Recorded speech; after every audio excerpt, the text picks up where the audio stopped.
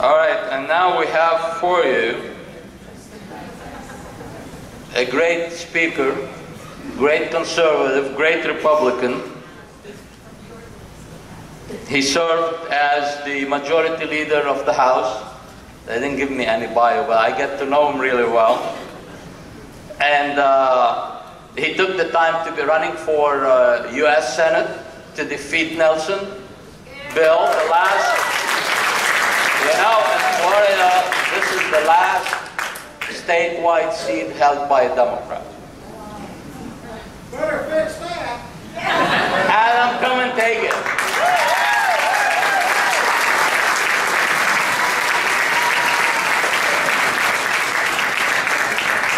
Well, good evening, Pinellas County. You are fired up. It is great to be here with you, Chairman. Thank you so much. It's great to see so many friends and familiar faces here. My former colleague, Leslie Waters, great to see you. Speaker as well. So many of my campaign supporters and others, Larissa and so many. Let me just say this. The people in this room in 2010 helped lead a revolution to take back the United States House and send Marco Rubio to the United States Senate. And in 2012, we're going to make Barack Obama a one-term president and take back the United States Senate by sending Bill Nelson home once and for all.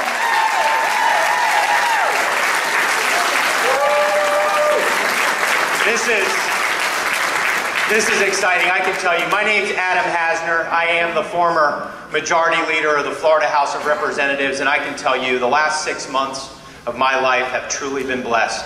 As a candidate for United States Senate, I've had the opportunity to travel to all corners of this state, had the opportunity to listen to so many inspiring stories, to hear the struggles and the concerns, but to hear the hopes and aspirations of parents and grandparents that want their children and their grandchildren to be able to inherit the same America that they were so privileged, that we were so privileged to grow up in and to prosper in. I will tell you this as well, because there's a special group of people that I've had the opportunity to meet that have truly inspired me more than any of the other stories. Those are those Americans who came here from foreign countries. People who came to America from the Soviet Union. People who came to America from the Middle East, from places like Lebanon. People who came to America from places like Venezuela and Cuba. All of them who fled oppression, who fled communism, who fled dictatorships in order to come to this country to pursue the American dream, the only place where it is possible on the face of this earth. Those very same people right now are shaking their heads. They share our concerns that our country's going in the wrong direction. But you see, they're different than we are. Because we were born here. For those of us who were born here, we won the lottery. These are people who have seen what happens when great societies give way to dependency. These are people who understand what it's like when the means of production in a society are taken over. They came here, they chose to become Americans. And now they're watching America repeat so many mistakes of the past. There was a reason why this state and this country responded so well to the story of Marco Rubio, who came to America as the son of 2 Cuban immigrants.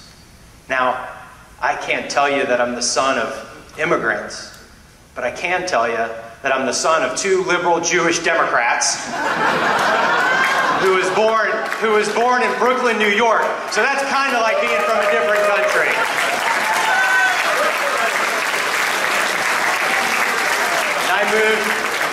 My family moved us to Palm Beach County when I was 7 years old. And I can tell you that's certainly no bastion of conservatism. If you think only being outnumbered by the Democrats by 7,000 is tough, come over to Palm Beach County. It's like fighting behind enemy lines.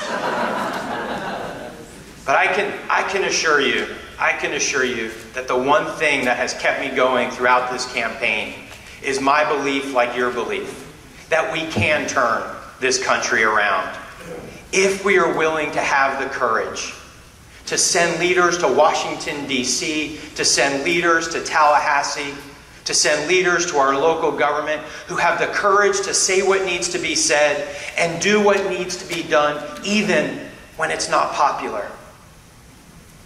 I think right now, more than anything in Washington, we have too many people that are worried about compromise and consensus.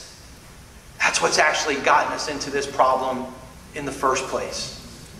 But it's been people in this room and in rooms like it, all across the state and all across the country, who have woken up, who have realized that this is a line in the sand moment in America's history, and now is the time to fight. Because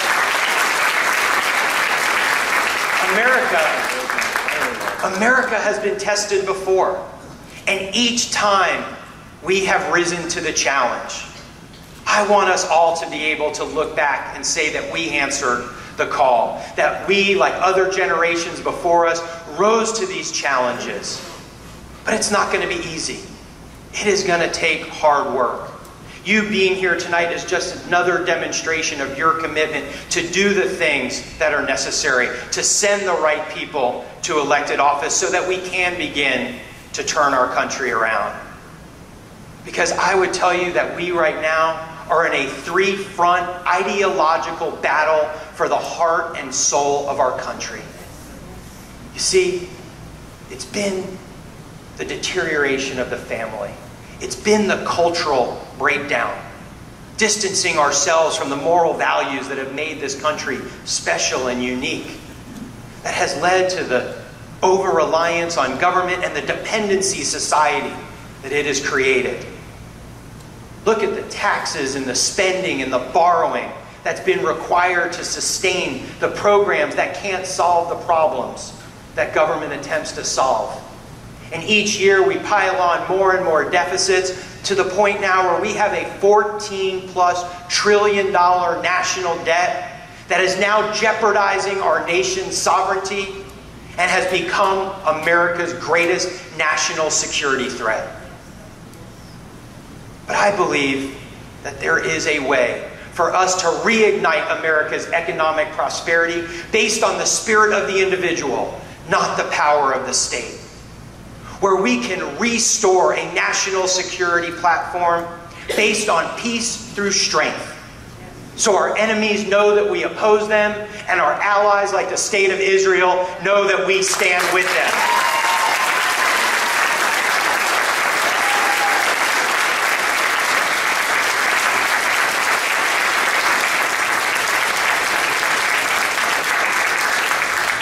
I believe that we can reclaim our foundational values of faith and family and freedom and not be ashamed of them, but be proud of them.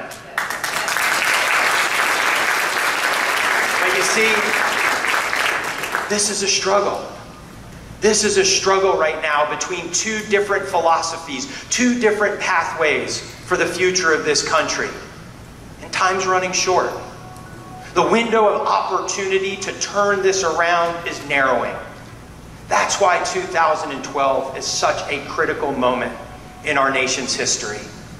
And as I travel around the state and I have the opportunity to listen to so many individuals and their stories, I'm reminded that Florida voters aren't looking for Republicans and Democrats to simply split the difference.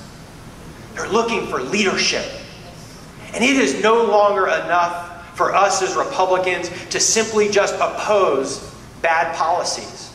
And I assure you, there are plenty of them.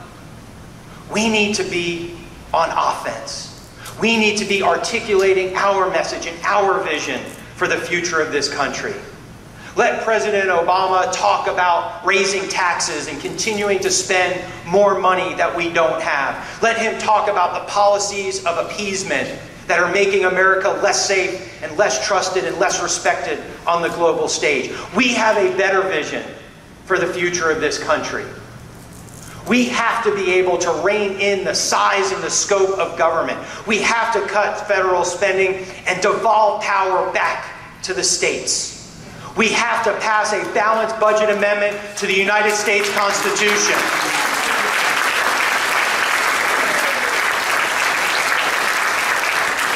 But you see,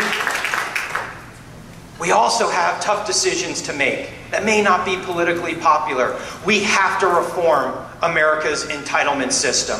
We have to save Medicare, preserve Social Security, and modernize the systems for future generations. Now, I get asked all the time, Adam, how is it possible that you can campaign for United States Senate across the state of Florida where so many people, over 3 million, are dependent upon programs like Medicare? The reality is quite simple. We need people who are going to tell the truth.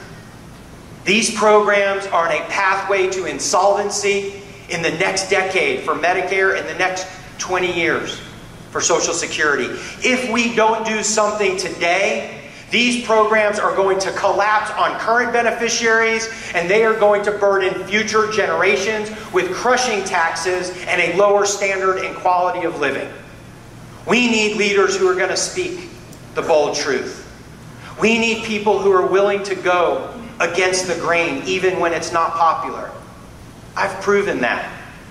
See, the conversation when I had with my parents when I turned 18, you can only imagine walking in to tell them that I was going to vote or register Republican, only pales in comparison to the conversation I had with them when I graduated from law school and told them I was never going to practice law a day in my life.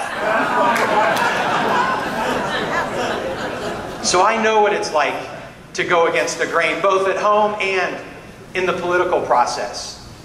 Because people have short memories in politics. People forget that before Obama, before the Tea Party, before the Great American Awakening, the establishment of the Republican Party was saying the best thing Republicans can do to win elections is act more like Democrats. I never bought into that philosophy. As a matter of fact,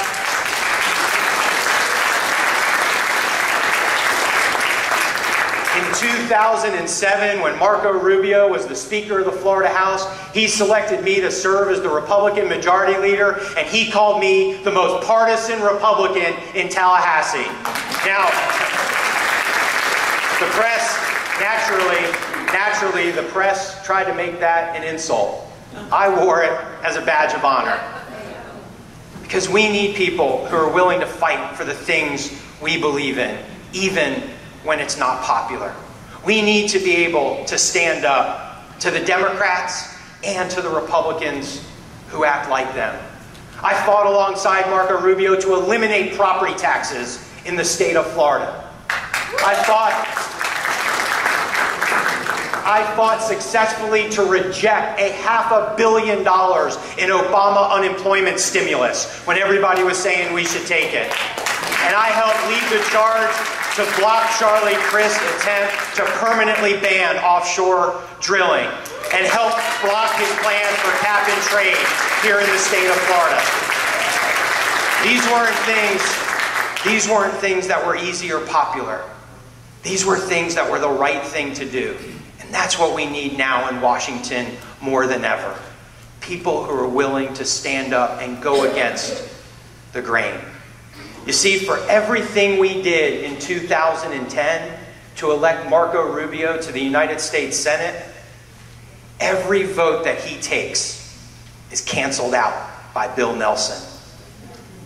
Now, Bill Nelson may like to tell people that he's a blue dog Democrat, but the only trick he knows is to roll over for Barack Obama.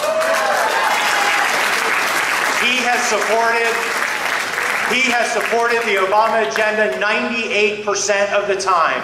Stimulus, Obamacare, cap and trade, card check, all of the job-killing policies that are piling on more and more debt for future generations, that are infringing upon our personal freedoms and making America less safe and less secure. But this isn't going to be easy. We need to send the right people to Washington, because one thing we've learned is that the challenges that we face today weren't just created by Democrats. Republicans share in the blame. And so it's not just about electing any Republican to the United States Senate. It's about electing the right Republican.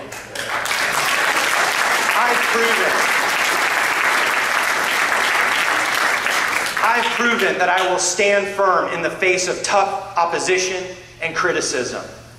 I've proven that I will stand up to the Democrats and to the Republicans who act like them. And I have proven that I can win elections even in the bluest part of the state of Florida without compromising my pro-life, pro-Second Amendment, pro-Israel conservative principles. And that's what it's going to take to beat Bill Nelson. Because as you know, the numbers here, the numbers around the state are even worse. We're outnumbered by over 600,000 votes. We cannot win an election with Republicans alone. That's why we need to be aggressive about what our vision is for the future so that we can attract independents who believe like we do that the future of this country is at stake, but more importantly, that we can turn the corner, that we can put America back on the right track with the right leaders and the right policies. And so let me just share with you that this campaign has been such an amazing opportunity to be able to travel the state, to be able to meet so many people like yourselves. I've been honored with the endorsements of groups like Freedom Works and Family Research Council, groups like Concerned Women for America, conservative thought leaders like Mark Levin and Eric Erickson from RedState.com. These are people who know my record. These are people who know that I am a relentless fighter for the principles that we share, but more importantly, for the solutions that are going to turn this country around. And so for each and every one of us, I want us to be able to say that we answered that call, that we rose to this challenge like other generations before us rose to theirs. And so I'm asking for you to join our movement, to challenge the status quo in Washington. Because if we do, together, we can save the United States of America. Thank you all so much for the opportunity to be here.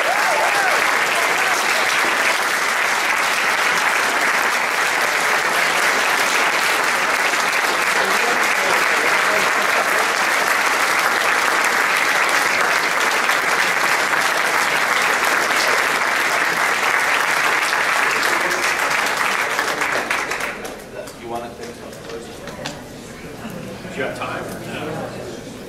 You guys have any question for Al? If not, he's going to stay with us. Oh, you have one question. Go.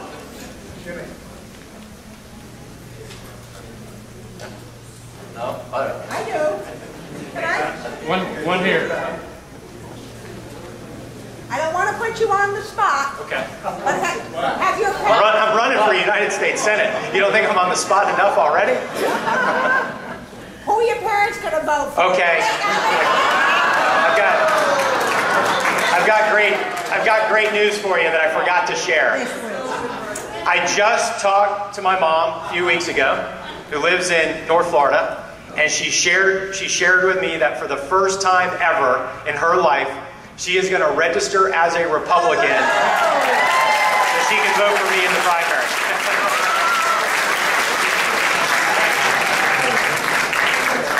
Question. As I said, Adam will be with us after the meeting. You guys can talk to him one-on-one.